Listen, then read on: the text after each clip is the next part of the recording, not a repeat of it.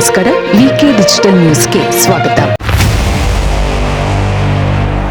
BJP ಪಕ್ಷದ ಧುರೀಣ ಹಾಗೂ ಶಾಸಕರಾದ ಎಸ್ ಸುರೇಶ್ ಕುಮಾರ್ ಅವರ ತಾಯಿ ಪಿ ಸುಶೀಲಮ್ಮ ನಿಧನರಾಗಿದ್ದಾರೆ.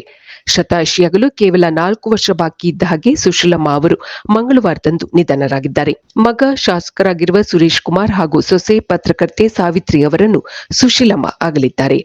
ತಾಯಿಯ ಸಾವಿನ ಸುದ್ದಿಯನ್ನು ಸುರೇಶ್ ಕುಮಾರ್ ಅವರು ಫೇಸ್ಬುಕ್ನಲ್ಲಿ ಭಾವುಕವಾಗಿ ಪೋಸ್ಟ್ ಮಾಡಿದ್ದಾರೆ.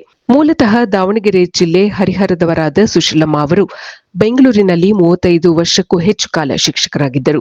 ಬೆಂಗಳೂರಿನ ಶ್ರೀರಾಂಪುರ ಸರ್ಕಾರಿ ಶಾಲೆಯಲ್ಲಿಯೇ ಬಹುಕಾಲ ಕೆಲಸ ಮಾಡಿದ್ದರು. ಕೊರಗುಂಟೆಪಾಳ್ಯ ಸರ್ಕಾರಿ ಶಾಲೆಯ ಮುಖ್ಯ ಶಿಕ್ಷಕಿಯಾಗಿ ಅವರು ನಿವೃತ್ತರಾಗಿದ್ದರು. ಶಿಕ್ಷಣ ಬಯಸಿ ಬಂದ ಮಕ್ಕಳಿಗೆ ಸುಶೀಲಮ್ಮ ಪ್ರೀತಿಯ ಟೀಚರ್ ಆಗಿದ್ದರು.